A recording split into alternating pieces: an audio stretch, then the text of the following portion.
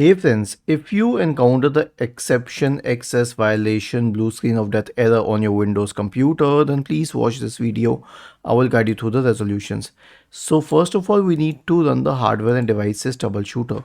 So press the Windows key and the R button together to open the run window and type this command here, which is msdt.exe space hyphen id space device diagnostic. Easy to remember, you can watch it here, it's written here as well in bold.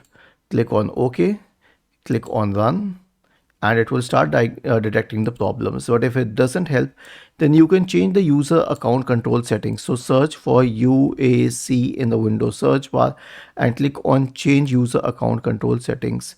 Now push the slider down once and click on OK. If it helps, well and good. If not, then push it down one more step and then click on OK.